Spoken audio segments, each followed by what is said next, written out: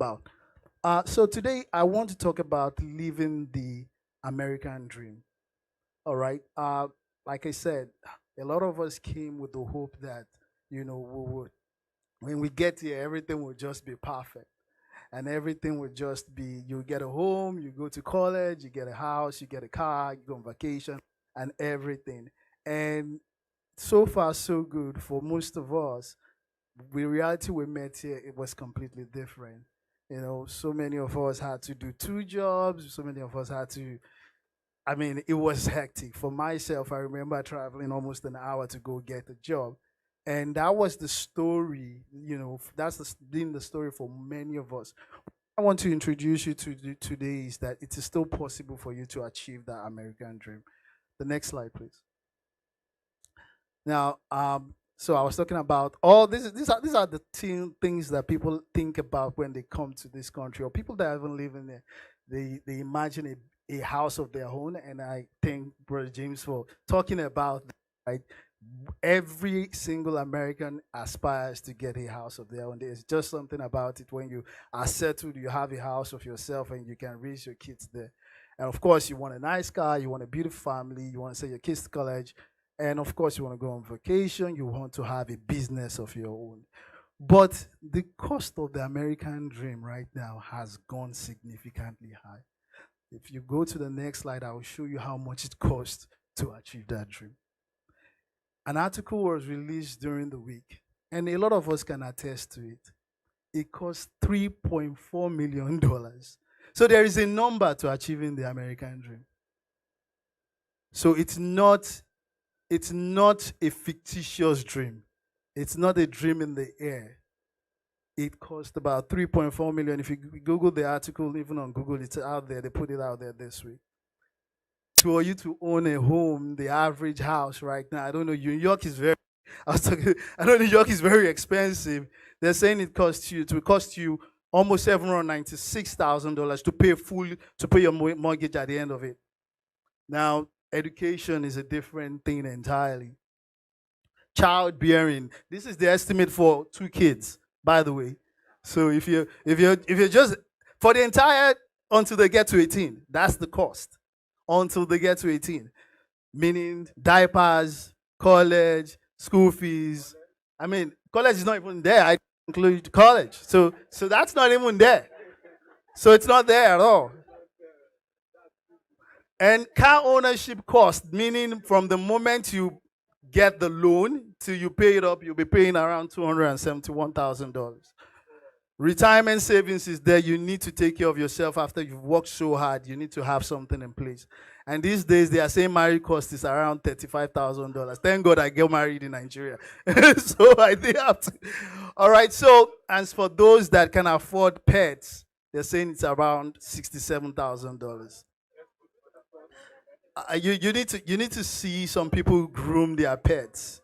Whatever it is. I put that as a pet. Pet means anything you do for fun. So to achieve fun for a long period of time, just something to keep yourself or pay for internet services and the rest, that's estimated at 67,000. Now the question is that dream still attainable for most of us here? Is this still a reality for us? And my mission here today is not to come and tell you that there is a formula. I'm here to show you that these numbers are real, but there is also a plan through which you can embark yourself on and sign up to and achieve the dream. So the American government is doing its best to make things, but the American government does not exactly 100% will not take care of your retirement. Your job will not take care of your retirement. No matter how much they try to put away 401k for you, it's not never going to be enough. Why? Inflation is beating those numbers. Everything, the stock market is topsy turvy. So it's not that you are not working. It's just that it's not a function of how much you earn, it's how much you retain. So you can work and make a lot of money, but if taxes is taking 40% of it, if your fund is taking 1% of your 401k, if you're paying crazy insurance amount over your house, your car, and everything. What do you have left as investment? So today I want to introduce you to a solution that we have found to be that caters to all these concerns. It's one of our flagship products, and it's not something it's not something that is magical. It's just common sense solution that was put together to make that you are able to take advantage of opportunities that are out there, especially in the life insurance industry. So one of the things that, does anybody know have life insurance here or something like that? Okay. So the most important part of life insurance has always been the death benefit. They will tell you that you should get a life insurance so that when you die, you get something. But why do I have to die before I enjoy my own money? So in the industry, we call insurance like that a death insurance. Because why do I have to die to enjoy the money? The truth is that you will spend more money while alive. We just showed you $3.54 million than when you leave. So the insurance industry came up with a product called the Index Universal Life.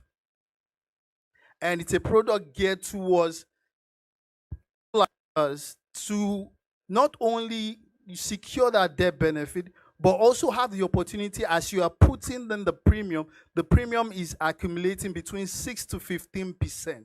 And one thing about the index portion of that investment is that because it's even though it's traded in the stock market, it is indexed, meaning if the stock market goes down, it retains the previous balance.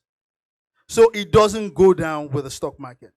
And another thing about it is that it is the only investment that the IRS is actually it's a code. There's a code called 7702, meaning that you can put your money there and you will not be taxed. Your 401k is a tax deferred plan. What it means is that the moment you to it, they are giving you, as they're giving you your salary, they've taken part of it before you pay your taxes and put it in your 401k.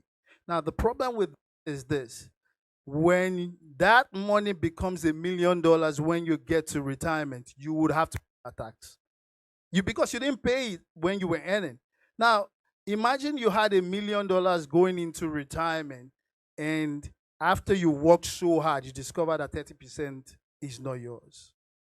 That means you now have a 30% gap. You need to go and, but you're already 67 at that time. You don't have the strength. And that's why this policy is completely different. If you don't mind, you could push to the next slide.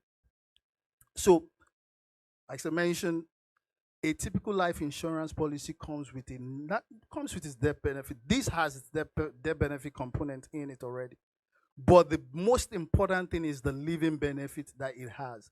The ability that while you are alive and working so hard, this policy is able to provide for your family. You're able to use this policy to send your kids to college.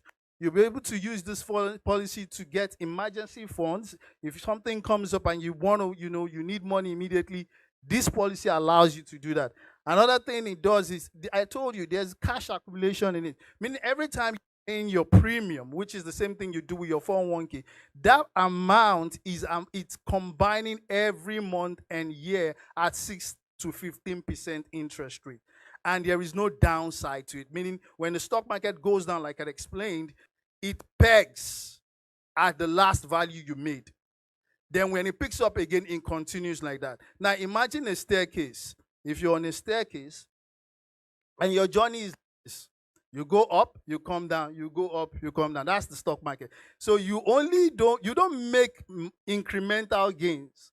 The stock market goes up, you come down, it goes up, then they tell you it makes an average. The average is not real. What you're going through is a yo-yo movement. It's like a casino, right? You're about some language you say EJ, like you're just maybe I will hit it, maybe I won't I'll get it.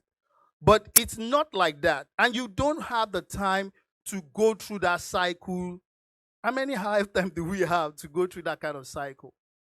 So what you want to do is to put your money in a place where you know that regardless of what happens in the stock market, what you've gained before remains there. Now you can build on that instead of building on the negative that you get from the stock market. So if you are putting your money in an investment like this, that you know that regardless of what the stock market, what happens in the stock market, your previous gain is retained, you can only get better than this, than where you are. So that's why this policy is one of our flag policies, but not so many people are aware of it.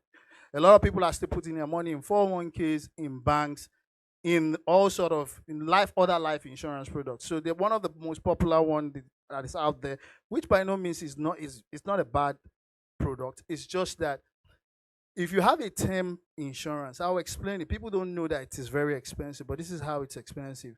They tell you it's just $100. You get a coverage of, let's say, $500,000.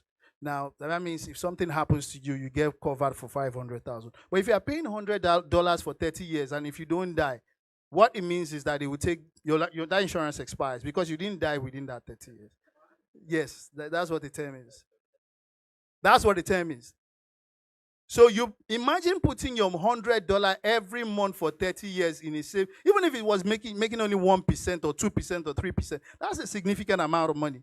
You and I are coming to church and we are praying, God give us long life. And somebody is betting that within 30 years you will die or you will not die. Of course, you're not going to die within 30 years. So the agency and industry exists that have benefited on your longevity, knowing that within 30 years nothing will happen to you. What happens is that all that money you have put in the term goes away because you didn't die within 30 years.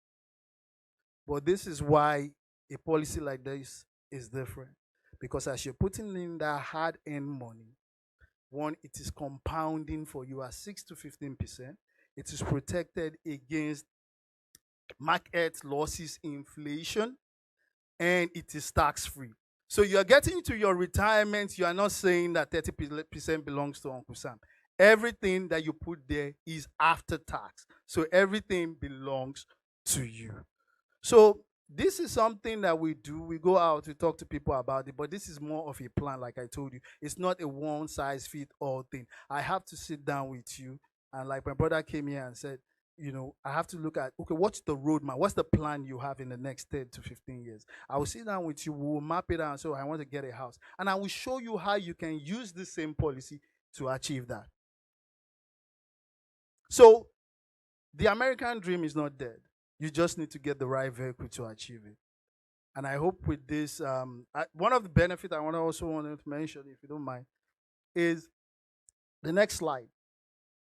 One of the things people don't know, and I will make this assertion because I listen to a lot of all these rich folks, and one of them who is running for president, whose name I'm not going to mention, always says they can't take my money.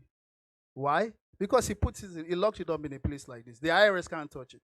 If you are sued for any reason, if you are owing money for any reason, nobody can touch your money in a 401k. 7702C, that's the code. Nobody can touch your money in that place. So it's protected. Meaning market losses is happening, you're protected. If you're filing for bankruptcy, nobody's going to touch the money. Nobody's going to garnish your wage because you're owing someone. No predators. And I know a lot of us young chaps, we want to experiment with cryptocurrency and the rest of them. I'm not against it, but I like to deal with reality because I know with time, right, I can't experience that kind of yo-yo movement with my money. You work too hard for it to put it in a place where there's too much yo-yo movement or uncertainties around it. So these are the many benefits of this policy. And the idea is that as you're working hard, you want to put your money in a place that is protected, that is safe, that you can see that at the end of the day, this is what belongs to me. That's all in a nutshell. But I'm more than happy to, sit with anyone who is interested in this to come over and meet me, and we can talk about how we can set up a plan for you. And I believe the Lord will help. I think I have one more slide. I know what that is. Okay. So I said here that, I said this before. You cannot leave your dream in the hands of the government. You cannot leave it to your funds manager. Your fund manager will take 1% of your 401k every year. That's a significant amount of money. You cannot leave your dream to the hands of your employers. The moment you leave, you lose your 401k. You have to get another one from another company. You cannot leave it to your community alone. And this is something I had seen. And I say, you could have a thing like this, and if anything happens, you GoFundMe is not the solution. I like a friend of mine who lives in New York here, and she said she went for a burial of her aunt, and he said it was classy. What did he mean? There was nobody crying because she had a policy that nobody was crying. They were not thinking about the debt that she left behind, so there were no tears. They were no, they were not thinking about the mortgage because she had it covered with a policy. And he said that was the classiest burial ceremony she ever attended. There was no please can you raise GoFundMe. That's why I'm introducing this. You can fund yourself. Go fund yourself. Thank you very much. Praise